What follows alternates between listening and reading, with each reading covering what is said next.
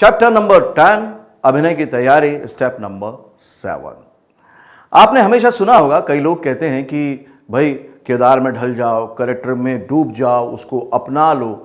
लेकिन दुख की तकलीफ की बात यह है कि आज तक कभी भी कहीं पर भी ये नहीं बताया गया कि कैसे डूबते हैं कैरेक्टर में, कैसे उस कैरेक्टर को जीते हैं, कैसे उसकी सारी चीज़ों को अपना लेते हैं। ये कहीं पर भी कभी भी सिखाया नहीं गया। लेकिन अगर आपने इस मेथड को प्रैक्टिस किया, जो कि है get into the character, switch on switch off acting method का ये सबसे कारगर टेक्निक है, जहां पर आप बहुत आसानी से उस कैरेक्टर में ढल जाते हैं या उस कैरेक्टर को अपना लेते हैं और फिर उस कैरेक्टर को जीने लग जाते हैं। इसमें करना यह होता है आपको कि आपको व्यक्ति या परिस्थिति के बारे में, जो भी आपका दृष्टिकोण है, जो भी आपका पॉइंट ऑफ व्यू है, उसके बारे में जोर जोर से बड़बड़ाना है। डायलॉग नहीं बोलना है, डायलॉग की लाइन यूज नहीं करनी है, बल्कि जो सिचुएशन है और जिस पर्सन से आप कह रहे हैं, उसके साथ जो आपका कॉन्फ्लिक्ट है, उसके बारे में आपको बड़बड़ाना है। इसको करना बहुत ही आसान है, क्योंकि निजी जीवन में भी हम ऐसे ही करते हैं। हम सबकी आदत ऐसे ही होती है कि जब भी कोई स्थिति परिस्थिति होती है या किसी व्यक्ति से हमें कुछ कहना होता है, तो सैकड़ों बार वो बात हमारे दिमाग में आती है। ये बहुत आसानी से इसलिए भी काम करता है कि जो डायलॉग्स में लाइंस आपको मिलती हैं, वो ज़्यादातर शब्द आपके नहीं होते, नॉर्मल बोलचाल वाले नहीं होते। लेकिन जब आप बड़बड़ाते हैं तो उसमें शब्द आपके आ जाते हैं। तो जब शब्द आपके आ जाते हैं तो आप बहुत जल्दी से उस कैरेक्टर में चले जाते हैं, क्योंकि ये तो आप जानते ही हैं, जो भी इमोशंस हैं, जो फील करते हैं, वो माइंड को जैसे ट्रिगर होता है, आपके ब्रेन में जैसे ट्रिगर होता है, तो वो केमिकल रिलीज करता है और वो इमोशन आप फील करने लग जाते हैं। क्योंकि आपकी भाषा है, आपके शब्द हैं और आप उसमें बड़बड़ा रहे हैं, तो क्या होगा, ब्रेन जल्दी बेवकूफ बनेगा और उसके बाद जब आप परफॉर्म करेंगे तो ऐसा लगेगा कि आप कैरेक्टर को जी रहे हैं। तो इसमें जो नोटिस करने वाली, ध्यान करने वाली बात है वो ये कि आपको मोनोलॉग की लाइंस यूज नहीं करनी है, बल्कि सिचुएशन और पर्सन के बारे में बड़बड़ाना है और बोलकर बड़बड़ाना है। मन में नहीं बड़बड़ाना है, असर नहीं आएगा। पूरी बॉडी लैंग्वेज यूज करनी है, एक्सट्रीम लेवल पे बड़बड़ाना है आपको। फॉर एग्जाम्पल, जैसे कि एक ले लेते हैं एक सिचुएशन की आपको मिला है कि आपका भाई ने आपका एक मजाक उड़ा दिया है दोस्तों के सामने और आपको बहुत बुरा लगा है। आप घर जाके उसकी शिकायत करने वाले हैं, क्योंकि वो बार बार ऐसा करता रहता है। तो घर पहुंचने तक ये बात सैकड़ों बार आपके दिमाग में आएगी कि ऐसा भी कोई भाई होता है, इससे अच्छा तो भाई ना हो तो बेहतर है। मैं तो कभी जिंदगी में ना इसका वास्ता ही नहीं रखूंगा, मुझे कोई लेना देना नहीं, मैं कभी इसके साथ कहीं जाऊंगा ही नहीं।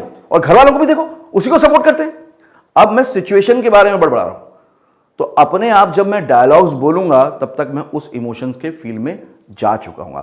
क्योंकि जब हम परफॉर्म करते हैं तो परफॉर्मेंस प्रेशर की वजह से, डायलॉग को याद रखने की वजह से कई बार ऐसा होता है कि हम उतने इमोशंस नहीं ला पाते। लेकिन यहां पर क्योंकि शब्द आपके हैं, चीजें आपकी हैं, आपको सिर्फ बड़बड़ाना है। बस एक बात का ध्यान रखें, लाउडली, एक्सट्रीम लेवल पे।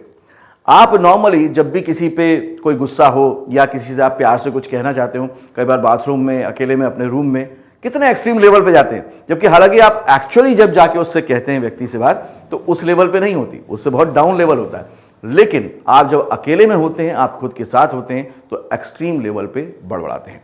तो आपको स्थिति, परिस्थिति और व्यक्ति के बारे में बड़बड़ाना है, जोर जोर से कुछ भी बोलना है।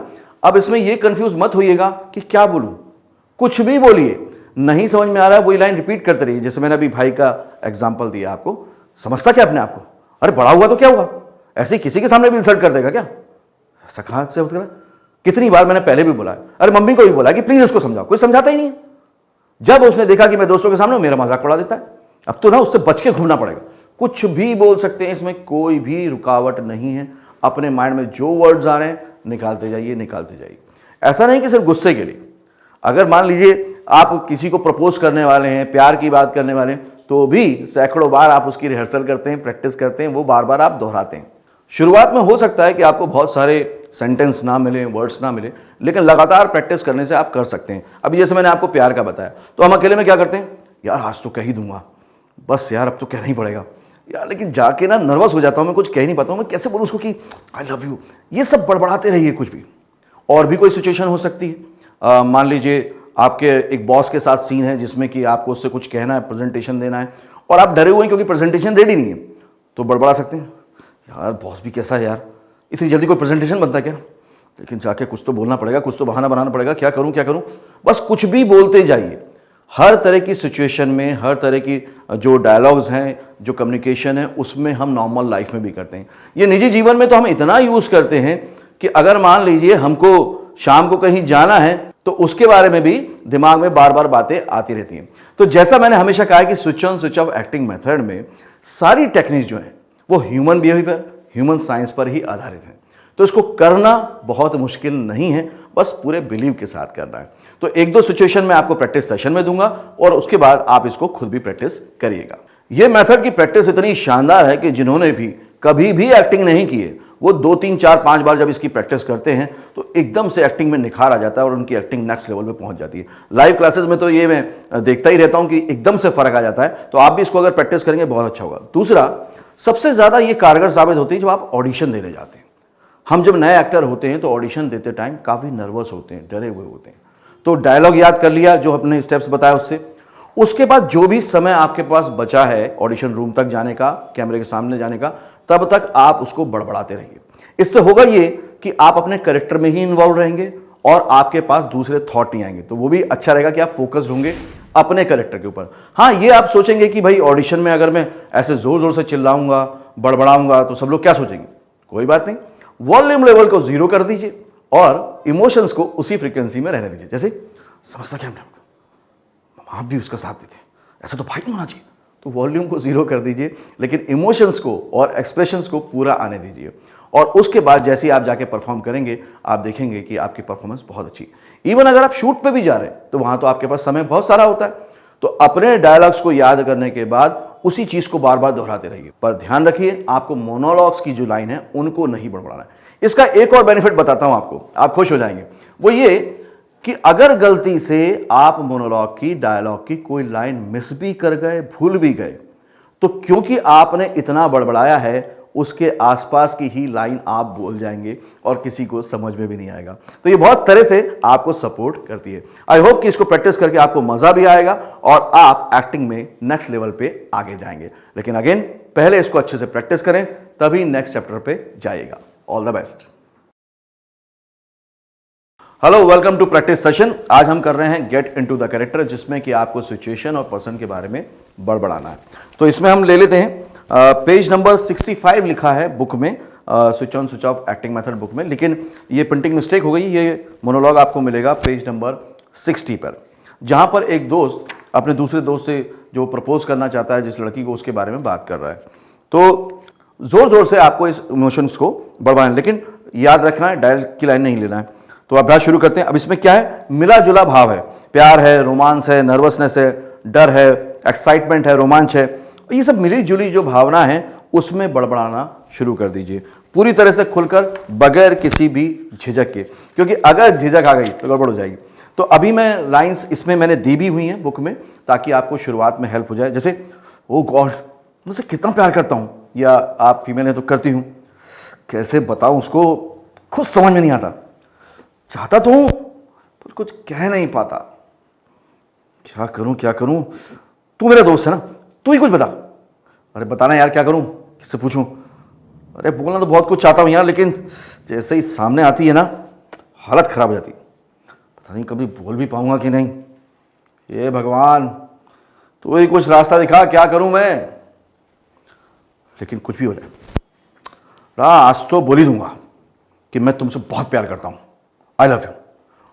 यार बोलना दोस्त, यार तू ही कुछ बोल, कैसे बोलूं उससे आई लव यू। इस तरह की लाइंस को आप बड़बड़ाना शुरू कीजिए और उसके बाद इसी मोनोलॉग को विद वर्ड, जो कि मोनोलॉग के वर्ड्स हैं, उसको यूज करके परफॉर्म करके देखिए, आपको परफॉर्मेंस में मजा आ जाएगा। कम से कम 3 से 5 मिनट तक इन्हीं लाइंस को बस दोहराते रहिए पूरे इमोशंस के साथ। अब नेक्स्ट जो मोनोलॉग है वो ले लेते हैं। इसके लिए जो पेज नंबर 69 है, लेकिन यहां पर वो एक्चुअली बुक में 63 पे है, प्रिंटिंग मिस्टेक हो गई है।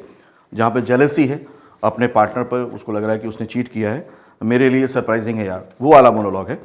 तो उस पर हम क्या क्या लाइनें बोल सकते हैं। अब इसमें क्या है, एक लड़का या लड़की जो भी है वो अपने पार्टनर पर चीट होने का शक कर रहा है, तो जलन की भावना है, फ्रस्ट्रेशन है, थोड़ा सा एंगर भी है।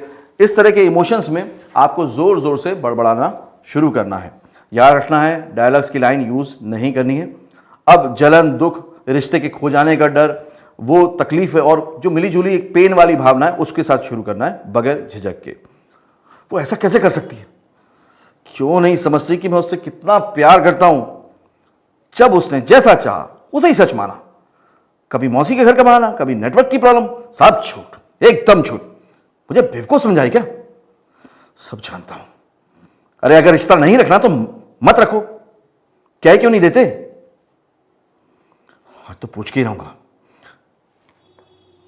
यहां पर भी एक प्रिंटिंग मिस्टेक है, सॉरी, कि अगर रिश्ता नहीं रखना है तो मत रखो है, यहां पे थोड़ा सा गड़बड़ हो गया है, तो इससे कंफ्यूज ना हो, कई बार प्रिंटिंग मिस्टेक हो जाती है। ओके, तो इस तरह की लाइंस आप अपनी भी बना सकते हैं। मैंने नीचे आपको एक ब्लैंक स्पेस भी दिया है, वहां पर आप अपने हिसाब से इससे मिलती जुलती लाइन पहले लिखिए और फिर उनको देख के बड़बड़ाना शुरू कीजिए। शुरुआत में क्योंकि आपको वर्ड्स मिलने में थोड़ी सी तकलीफ होगी, इसलिए बोल रहा हूं कि इससे मिलती जुलती, जो मैंने रेफरेंस में आपको वर्ड्स दे दिए, उससे मिलते जुलते आप लाइन यहां पर लिखिए और उसके बाद शुरुआत कीजिए।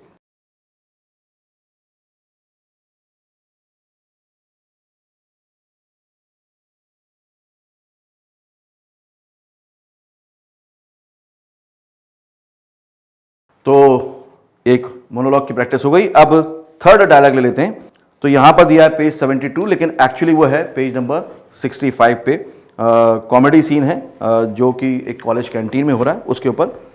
तो इसमें भी पूरे इमोशंस के साथ बड़बड़ाना, ध्यान रखना फिर से कि हमें मोनोलॉग की लाइंस को यूज नहीं करना है। इसमें क्या है, मस्ती है, मस्करापन है, मजाक उड़ाने वाली जो मिली जुली भावना होती है वो होती है। अब यहां पर जो ब्लैंक स्पेस है उस पर आप कुछ भी वर्ड्स डाल लीजिए। यहां पर मैं आपकी थोड़ी सी हेल्प करूंगा, कुछ वर्ड्स बता दूंगा बड़बड़ाने वाले, बाकी आपको खुद लिखना है, क्योंकि अब आपको अंडरस्टैंडिंग अपनी बढ़ानी है और वो तभी होगी जब आप खुद से प्रैक्टिस करेंगे और खुद करके देखेंगे।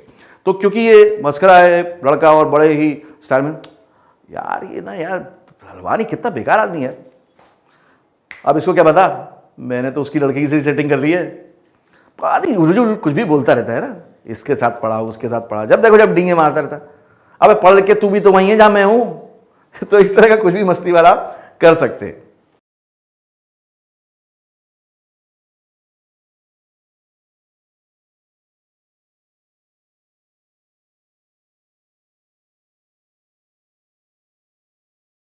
सो इस तरह से दोस्तों हमने 3 डायलॉग्स पे प्रैक्टिस की।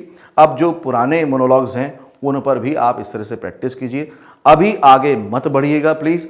मोनोलॉग हमने काफी ले लिए हैं, आप चाहें तो जॉइंट फिल्म्स के ऐप से और मोनोलॉग डाउनलोड कर सकते हैं और उन सारे मोनोलॉग्स पे पहले इस प्रैक्टिस को बहुत अच्छे से कर लीजिए। एक बार ये एक्सरसाइज आपने अच्छे से कर ली, आपकी एक्टिंग बहुत अच्छी हो जाएगी, बहुत अच्छी परफॉर्मेंस हो जाएगी। आपको खुद लगेगा कि अब आप एक बहुत ही अच्छे एक्टर बनते जा रहे हैं, आपके अंदर ग्रोथ होती जा रही है। इसलिए इसको सबसे ज्यादा समय दीजिए, कम से कम मैं कहूंगा 1 हफ्ता तो दीजिए कि रोज 1 या 2 मोनोलॉग लीजिए। पहले उसके लिए गेट इनटू द कैरेक्टर, मतलब बड़बड़ाइए, और उसके बाद उसको परफॉर्म करके देखिए। फिर उसको अपने मोबाइल से रिकॉर्ड कर लीजिए, देखिए पहले की परफॉर्मेंस आपकी कैसी थी और आज की कैसी है। आपको अपने आप एक ग्रोथ जरूर नजर आएगी। आई होप कि आपको ये समझ में आ गया होगा। अगर कोई भी कंफ्यूजन है, डाउट है, तो उसके लिए इस बुक में नंबर दिया गया है, वहां पर आप टेक्स्ट मैसेज करके क्वेश्चन पूछ सकते हैं। क्योंकि जॉइंट फिल्म्स ने हमेशा इस तरह का सपोर्ट सिस्टम बनाया है कि जो भी सीखना चाहता है उसको कहीं पर भी दिक्कत ना आए। तो आप अच्छे से सीखिए और आगे बढ़िए। All the very best.